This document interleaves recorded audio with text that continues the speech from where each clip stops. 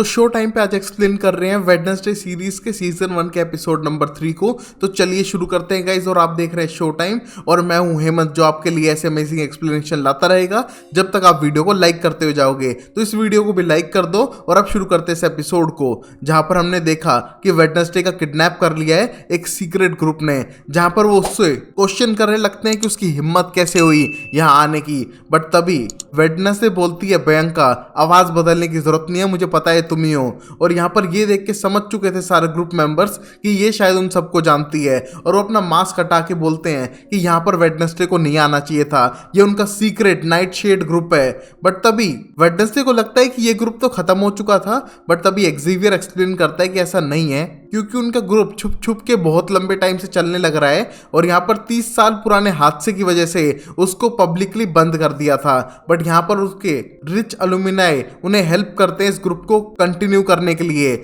जहां पर हम देखते हैं वेडनेसडे रॉन के फुटस्टेप को फॉलो करते हुए इन तक पहुंच चुकी थी। बट रॉन को इनने 1 महीना पहले ही निकाल दिया था ग्रुप से, क्योंकि वो कुछ ज्यादा ही क्रेजी होता जा रहा था। और यहाँ पर एक्सेवियर चाहता है कि वेडनेसडे ग्रुप ज्वाइन करे, क्योंकि अब उसे पता चल ही चुका है। तो और ये देख के बैंका बिल्कुल भी खुश नहीं थी। बट यहाँ पर एक्सेवियर एक्सप्लेन करता है कि इसके पेरेंट्स भी इस ग्रुप के मेंबर थे, तो शायद इसको भी ज्वाइन होना चाहिए। बट हम देखते हैं इस मोमेंट पे वेडनेसडे साफ मना करती है कि उसको ज्वाइन करने में कोई इंटरेस्ट नहीं है, वो सिर्फ यहाँ पर सबूत ढूंढने आई थी। और तभी अपनी रस्सियां खोल के वहां से जाने लगती है, जिसको देख के सब लोग हैरान थे। और जाते टाइम वेडनेसडे सबको बोलती है कि तुम्हें शर्म आनी चाहिए, तुम्हें ढंग से किडनैपिंग करनी भी नहीं आती है, किडनैपिंग के नाम पे कलंक हो तुम लोग। और ये कहने के बाद वहां से जाने लगती है, और सब लोग शॉक थे। इसको सीक्रेट पता चल चुका है जो बहुत लंबे टाइम से किसी को भी नहीं पता था। और वही हम देखते हैं वेडनेसडे ने हार नहीं मानी थी, वो जानना चाहती है कि ये पिलग्रिम वाले बंदे के साथ क्या कर रही है उस फोटो के अंदर,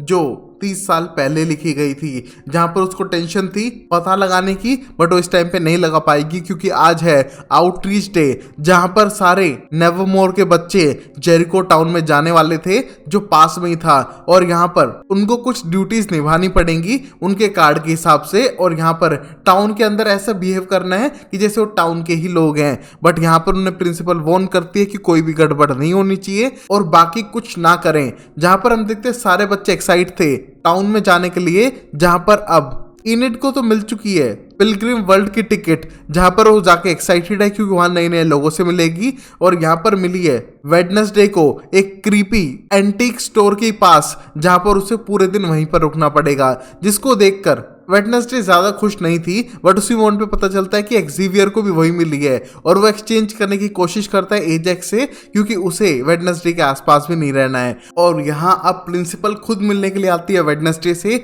जहां पर उसको रिक्वेस्ट करती है कि वो इतना अच्छा इंस्ट्रूमेंट बजाती है तो क्यों ना वो आज के स्टैचू इवेंट पे बजाए जेरिको हाई स्कूल के बच्चों के साथ में। जहां पर वेडनेसडे ना कहना चाहती है बट वो कह नहीं पाती है, जहां पर प्रिंसिपल उसे इंस्ट्रूमेंट बजाने के लिए मना लेती है, क्योंकि वो बहुत अच्छा बजाती थी। जिस मोमेंट पे वो सब बच्चे बस में बैठ के जा रहे थे जेरिको टाउन की तरफ, जहां पर जाने के बाद वेडनेसडे नोटिस कर पाती है कि एक्सेवियर उसे इग्नोर करने की कोशिश कर रहा है, और उसको कन्फ्रंट करती है इस चीज के लिए। जहां पर एक्सेवियर बताता है कि उसने अपना पूरा ट्राई किया उसे ग्रुप में लाने के लिए, बट वो ग्रुप में आना नहीं चाहती है, तो इस वजह से वो थोड़ा गुस्सा है उस पर। बट तभी वेडनेसडे एक्सप्लेन करती है कि वो ग्रुप में ज्वाइन करना ही नहीं चाहती थी कभी, वो सिर्फ जानना चाहती थी रॉन के बारे में, क्योंकि उसे अभी भी लगता है कि वो गायब हो चुका है। और कितनी बार उसने उससे वापस मैसेज पे बात की है, कॉल किया है, या फिर तुमसे बात की है। और तभी एक्सेवियर एक्सप्लेन करता है कि हाँ, उसने कभी मैसेज का रिप्लाई तो नहीं किया जब से वो गया है, बट इसका मतलब ये नहीं है कि वो मर चुका है। बट यहाँ पर वेडनेसडे को लगता है कि ये सारा कवर अप है, और यहाँ पर रॉन की मौत बहुत पहले ही हो चुकी है, जहां पर एक्सेवियर को उसका साथ देना चाहिए। बट यहाँ पर एक्सेवियर बताता है कि उसको ग्रुप से इसलिए निकाला था क्योंकि थोड़ा अजीब होता जा रहा था, और उसने ये बुक भी चुरा ली जो तुम्हारे पास है। जिस मोमेंट पे वेडनेसडे वो बुक निकाल के दिखाती है एक प्रोफेसी, जिसमें एक पिलग्रिम वाला बंदा उसके साथ उस पिक्चर में था, जिसको जानना चाहती है। हम देखते हैं इस मोमेंट पे एक्सेवियर सिर्फ इसको एक स्टोरी मानता है, क्योंकि 30 साल पहले लिखी गई थी, और उसने ये फोटो पहले देख रखी है जब इस बुक को चुरा के लेके आ चुका था रॉन, और फिर उनकी लड़ाई हुई थी, जहां पर वेडनेसडे बताती है कि उसने तुम्हें टेलीकिनेसिस पावर से फेंक कर मारा था। बट हम देखते हैं ये देखकर एक्सेवियर पूछने लगता है कि तुम्हें कैसे पता इस बारे में। बट यहाँ पर वेडनेसडे बोलती है कि सिर्फ उसने उसने गेस किया है और ये पिक्चर बहुत कुछ कहती है, उसे जानना है कि ये बंदा कौन है। बट तभी एक्सेवियर को लगता है कि ये तो जोसेफ क्रैकस्टोन है जिसने टाउन खड़ा किया था फर्स्ट 1625 के आसपास। बट हम देखते हैं इसके बारे में वेडनेसडे को नहीं पता था और यहाँ पर वो पिलग्रिम वर्ल्ड के अंदर जाकर उसके बारे में पता करना चाहती है कि इतने पुराने फिगर का उससे क्या कनेक्शन है। और अब यहाँ हम टाउन में देखते हैं कि शेरिफ को बिल्कुल पसंद नहीं आया है कि नेवर मोर के बच्चे यहाँ पर कर क्या रहे हैं, इनमें से शायद कोई कातिल भी हो सकता है। बट तभी वहाँ का मेयर आके कहता है कि तुम्हें कोई ट्रबल क्रिएट करने की जरूरत नहीं है, मैं यहाँ का मेयर हूँ, मैं इन्हें अलाउ करता हूँ। और पता चलता है कि मेयर कहीं ना कहीं नेवर मोर को सपोर्ट कर रहे थे और यहाँ पर उनका खुद का पिलग्रिम वर्ल्ड भी है जिसमें ज्यादा से ज्यादा विजिटर्स आएंगे तो उसको पैसा भी मिलेगा, जो बात कोप को पता थी। और उसी मोमेंट पे हम देखते हैं कि मेयर अपने बेटे को मिलाता है जिसकी कुछ दिनों पहले धुनाई हुई थी वेडनेसडे के हाथों। और इसको मिलने के बाद कोप समझ चुका था कि मेयर के बेटे को ही वेडनेसडे ने पीटा था। और तभी हम देखते हैं वेडनेसडे को ही जो इनेड से अपनी टिकट एक्सचेंज करती है पिलग्रिम वर्ल्ड जाने के लिए। बट यहाँ पर इनेड बिल्कुल भी नहीं जाना चाहती है उस वियर्ड एंटीक स्टोर में। बट तभी वो बताती है कि किस तरह एजैक भी वहीं पर जाने वाला है तो उसके साथ वो टाइम बिता पाएगी, शायद डेट पे जा पाए। और ये सुनने के बाद तो इनेड एक्साइटमेंट में वहां से सीधा भाग जाती है जहां पर वो जाके मिलती है एजैक से और उसके साथ टाइम बिताती है स्टोर में जो बहुत ही ज्यादा क्रीपी था। मरे हुए जानवरों के अंदर भूसा भर के उनको एंटीक बना के रखा हुआ था जो मुझे भी क्रीप आउट करता है गाइस। और नेक्स्ट मोमेंट पे हम देखते हैं वेडनेसडे को जो पिलग्रिम वर्ल्ड के अंदर जाने के बाद थोड़ी देर तो काम करती है बट जैसे उसे मौका मिलता है वहां से भागने की ट्राई करती है और सबूत इकट्ठा करने के लिए, जहां पर वो उस बंद रूम के अंदर जाना चाहती है जहां पर अभी रेनोवेशन चल रही है और जोसेफ क्रैकस्टोन का सामान रखा हुआ था। और उस तक पहुंचने के लिए उसे छुप छुप के जाना पड़ता है। बट उसी मोमेंट पे उसे नजर आता है वही 3 बुली जो यूजीन को तंग करने लग रहे थे। बट यहाँ पर यूजीन ने उनके ऊपर उल्टी कर दी है तो उसको पकड़ के बांधने लगते हैं। बट उस मोमेंट पे आने के बाद वेडनेसडे एक की धुलाई करती है और यहाँ से यूजीन को लेके जाती है जहां पर यूजीन छोटे बच्चे की तरह बिहेव कर रहा था। और यहाँ पर वेडनेसडे उसे अपना छोटा भाई समझती है, जैसे वो अपने छोटे भाई की केयर करती है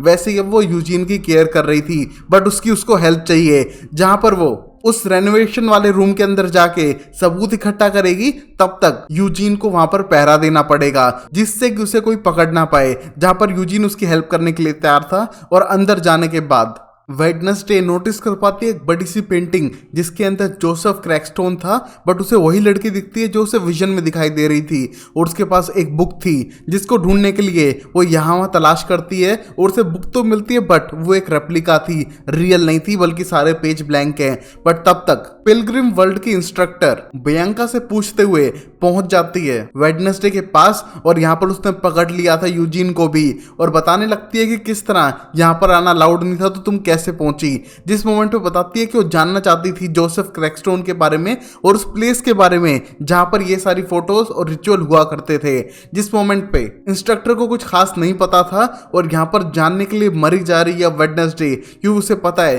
कि ये सारी चीजें कहीं ना कहीं कनेक्टेड हैं। और यहाँ एट लास्ट इनेड ने पूछ लिया है एजैक से डेट पे जाने के लिए, जहां पर एजैक ने हाँ कह दिया है और वो रात को ग्रीन हाउस के पास मिलेंगे जहां पर वो शायद एक दूसरे के साथ टाइम बिताएं, जिसको देख के इनेड बहुत ज्यादा एक्साइटेड है। और इसी मोमेंट पे देख पाते हैं कि एंटीक स्टोर के अंदर एक बूढ़ा सा आदमी आकर एक कैमरा चुरा ले जाता है जहां पर एजैक और इनेड ध्यान नहीं दे पाते हैं और ये चोर एक बढ़िया सा कैमरा लेके जा चुका है यहाँ से जिसके बारे में शायद किसी को पता भी ना चले। और अब यहाँ हम देखते हैं वेडनेसडे को जो वापस सब कुछ छोड़ छाड़ के कॉफी शॉप के अंदर आ चुकी हैं जहां पर एक्सेवियर इस मोमेंट पे काम कर रहा है और वो उससे बात करना चाहता है कि वो ये सब क्यों कर रही है, क्यों छोड़ के आ चुकी है पिलग्रिम वर्ल्ड को। बट तभी वेडनेसडे एक्सप्लेन करती है कि वो यहाँ पर सिर्फ टाइलर से मिलने के लिए आई है और वो सिर्फ अपने काम से काम रख रही है। जहां पर टाइलर के आने के बाद उसे पूछती है कि वो पुरानी लोकेशन कहाँ है जहां पर जोसेफ क्रैकस्टोन और बाकी सब रहा करते थे, जहां पर वो उसे लोकेशन बताता है और वो उसके साथ चलने के लिए तैयार है 2 बजे के बाद।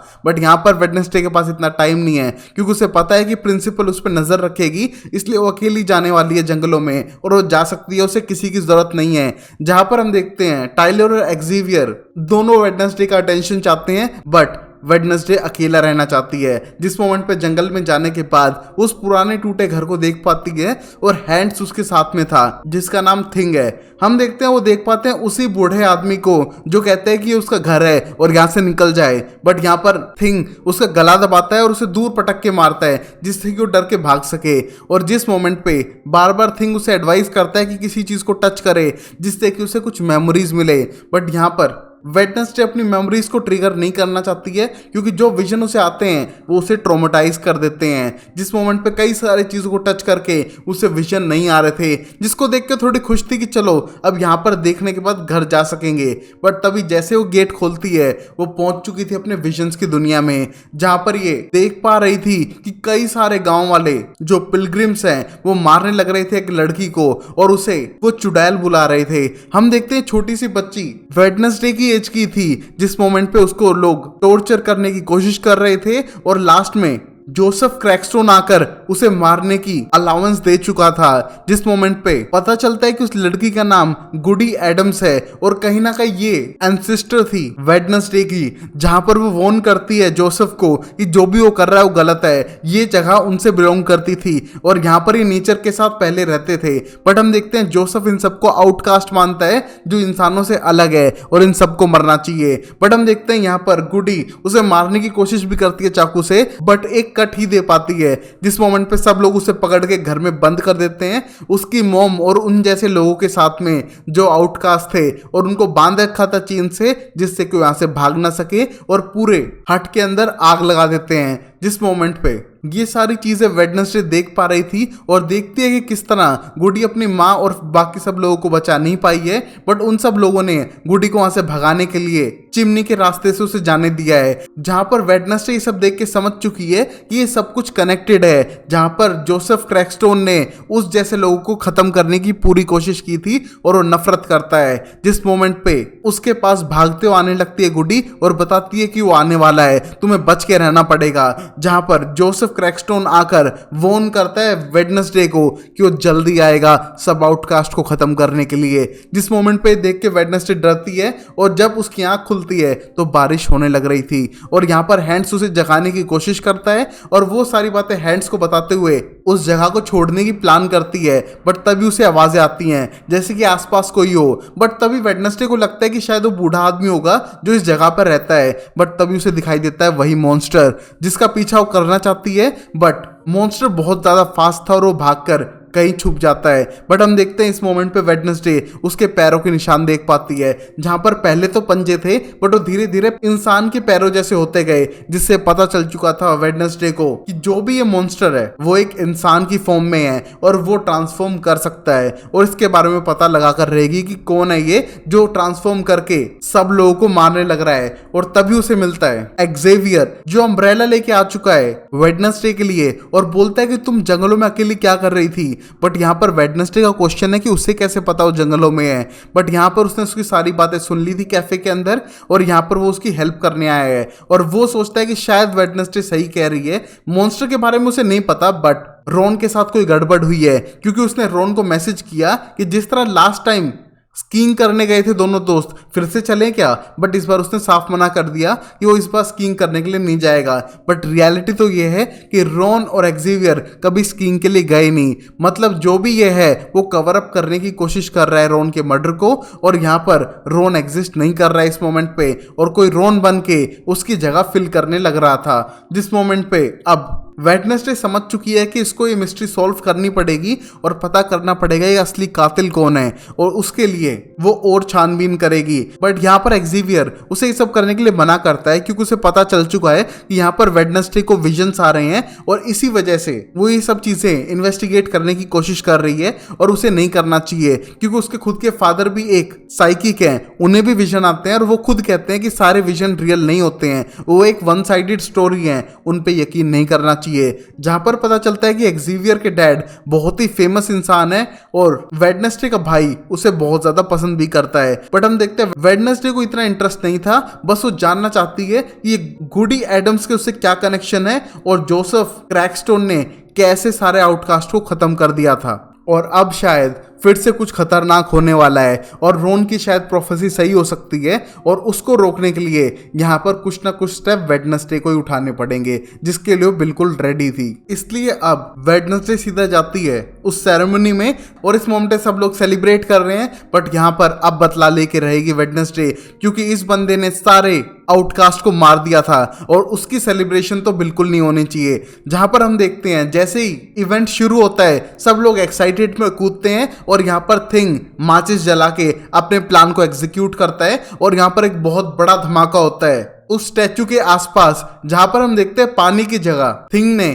कैरोसिन डाल दिया था और ये बात किसी को पता ही नहीं चली। और इस मोमेंट पे सब लोग यहाँ वहां भागने लग रहे हैं, डर रहे हैं और यहाँ वेडनेसडे अपना इंस्ट्रूमेंट बजा रही है और सब लोग देख पा रहे हैं कि वेडनेसडे को फर्क नहीं पड़ रहा है कि यहाँ पर कितनी तबाही हो रही है, लोग डर रहे हैं। और ये देख के प्रिंसिपल समझ चुकी थी कि शायद इसका कोई हाथ है इसमें, बट तभी वो साफ करती है कि उसमें उसकी कोई गलती नहीं है और उसका हाथ तो बिल्कुल नहीं है। जहां पर हमको दिखता है थिंग का हाथ था जिसने सारे काम किए थे। और इस मोमेंट पे वेडनेसडे ब्लेम करती है कि हमको जोसेफ क्रैकस्टोन को सेलिब्रेट नहीं करना चाहिए, वो बंदा आउटकास्ट के खिलाफ था, उसने कितनों को मार डाला था, वो कितनी नफरत करता था, हम इक्वल नहीं है, हमको हमेशा सेकंड क्लास समझा गया था और ये बात शायद आपको पता होगी। बट हम देखते हैं प्रिंसिपल एक नई स्टार्ट करना चाहती थी जिससे कि पुरानी बातों को भुलाया जा सके, बट यहाँ पर शायद वेडनेसडे ऐसा नहीं चाहती है। बट हम देखते हैं प्रिंसिपल अब उस पर और ज्यादा नजर रखेगी जिससे कि कोई और वो गड़बड़ ना कर पाए। और यहाँ पर हम देखते हैं उसी पुरानी जली हुई प्लेस में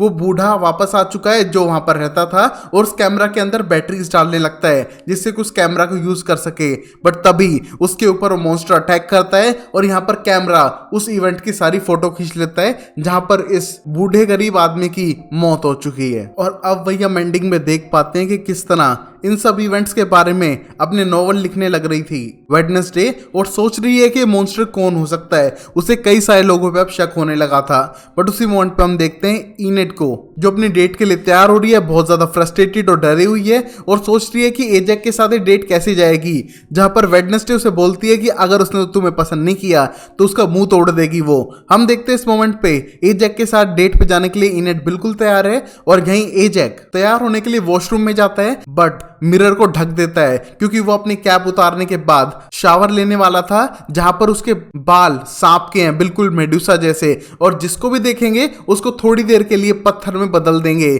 जहां पर किसी ने मिरर पे से वो कपड़ा हटा लिया है और जैसे एजैक अपने आप को देखता है वो खुद ही पत्थर में बदल चुका था। जिस मोमेंट पे